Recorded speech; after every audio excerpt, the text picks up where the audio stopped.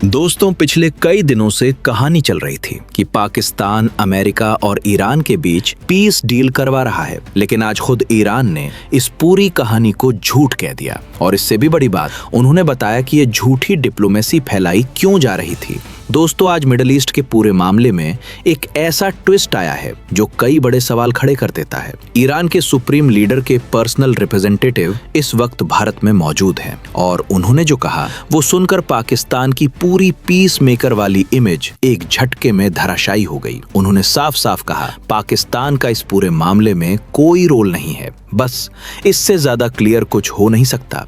अब याद कीजिए, पिछले कुछ दिनों से क्या चल रहा था। खबरें आ रही थीं कि पाकिस्तान बड़ी डिप्लोमेटिक भूमिका निभा रहा है, अमेरिका और ईरान के बीच बातचीत करवा रहा है। कुछ चैनल्स पर तो ये भी कहा जा रहा था कि पाकिस्तान इस पूरे वॉर को रोकने की कगार पर है, और अब खुद ईरान कह रहा है ऐसी कोई बातचीत हो ही नहीं रही। तो सवाल उठता है, फिर ये खबरें आ कहां से रही थीं और किसने फैलाई? इसका जवाब और भी चौंकाने वाला है और वो अभी बताते हैं। ईरान के रिप्रेजेंटेटिव ने सिर्फ नहीं कहा, उन्होंने ये भी बताया कि ये पूरा ड्रामा किस लिए था। उनका कहना है कि जो बातचीत चल रही है वाली खबरें फैलाई जा रही हैं, वो किसी असली डिप्लोमेसी का हिस्सा नहीं है, बल्कि इनका मकसद है तेल के दामों को प्रभावित करना। जरा सोचिए इसे, एक तरफ दुनिया को दिखाया जाता है कि बातचीत हो रही है, वॉर रुकने वाला है, और इसी खबर से ग्लोबल ऑयल मार्केट हिल जाता है, दाम गिरते हैं। फिर अगले दिन खबर आती है बातचीत टूट गई, दाम फिर चढ़ जाते हैं।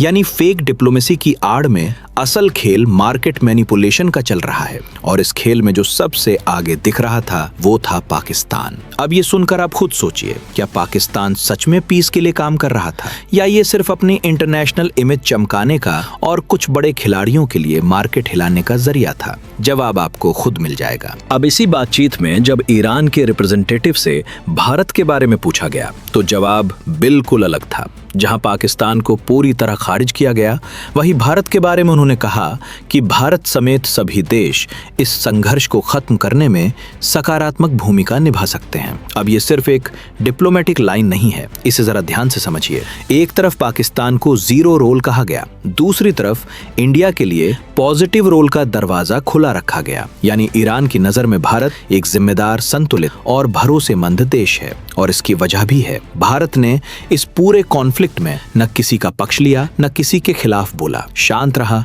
डिप्लोमेटिक रहा, और यही बैलेंस अब उसे एक संभावित पीस मेकर की भूमिका में ला रहा है। लेकिन दोस्तों, असली सवाल ये है, क्या इंडिया इस भूमिका को एक्चुअली निभाएगा? क्योंकि अभी तक मोदी गवर्नमेंट ने इस पर कोई बड़ा पब्लिक स्टेटमेंट नहीं दिया है, और इस चुप्पी के पीछे क्या स्ट्रेटेजी है वो भी बहुत इंटरेस्टिंग है। लेकिन पहले वॉर की असली तस्वीर देखते हैं। दोस्तों, अब तक हमने देखा कि कौन झूठ बोल रहा था, लेकिन अब वो हिस्सा आता है जो डायरेक्टली आपकी जेब, आपके देश और आपकी जिंदगी से जुड़ा है। क्योंकि ये वॉर अब सिर्फ दो देशों का मामला नहीं रहा। जब ईरान के रिप्रेजेंटेटिव से पूछा गया कि ये संघर्ष आखिर कब तक चलेगा, तो उनका जवाब बिल्कुल डायरेक्ट था। ये पूरी तरह अमेरिका और इजराइल पर निर्भर करता है। यानी ईरान का स्टैंड क्लियर है, हमने वॉर शुरू नहीं किया, हम पर थोपा गया, और जब तक वो रुकेंगे नहीं, हम रुकेंगे नहीं। और इसी के साथ उन्होंने एक और गंभीर आरोप लगाया। उनका कहना है कि इन हमलों में सिर्फ मिलिट्री टारगेट्स नहीं बनाए गए, अस्पताल, स्कूल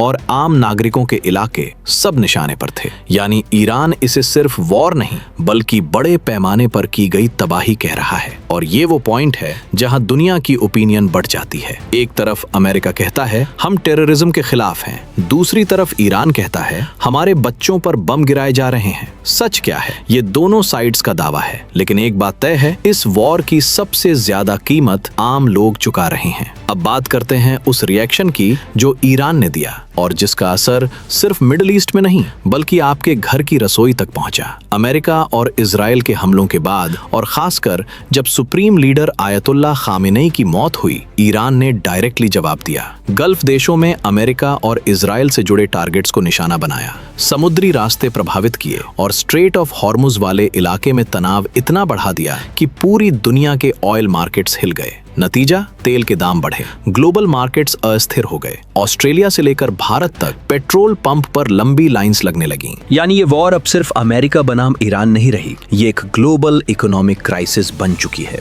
और इसकी कीमत चाहे आप जयपुर में हो, दिल्ली में हो या मुंबई में, आप भी चुका रहे हैं। हर बार पेट्रोल भरवाते वक्त। तो दोस्तों, आज की पूरी कहानी को एक नजर में देखें तो 4 बातें सामने आती हैं। पहली, पाकिस्तान की पीस मेकर वाली कहानी झूठी थी, खुद ईरान ने इसे खारिज कर दिया। दूसरी, ये झूठी डिप्लोमेसी असल में ऑयल मार्केट मैनिपुलेशन के लिए फैलाई जा रही थी। तीसरी, भारत के लिए एक बड़ी डिप्लोमेटिक अपॉर्चुनिटी का दरवाजा खुला है, लेकिन भारत अभी तक चुप है। और चौथी, ये वॉर अब सिर्फ 2 देशों का मामला नहीं, पूरी दुनिया की इकोनॉमी का मामला बन चुका है। ईरान ने एक बात और साफ कही, अगर दुनिया के देश सच में शांति चाहते हैं तो सिर्फ बयान देने से कुछ नहीं होगा, एक्शन लेना पड़ेगा, मिलकर दबाव बनाना पड़ेगा। और यही वो पॉइंट है जहां इंडिया की भूमिका सबसे ज्यादा मैटर करती है, क्योंकि भारत के पास वो क्रेडिबिलिटी है जो इस वक्त पाकिस्तान के पास नहीं है। सवाल सिर्फ ये है, क्या इंडिया इस मोमेंट को पहचानेगा? अब सवाल आपसे, कमेंट में बताइए हाँ या ना। क्या आपको लगता है पाकिस्तान सच में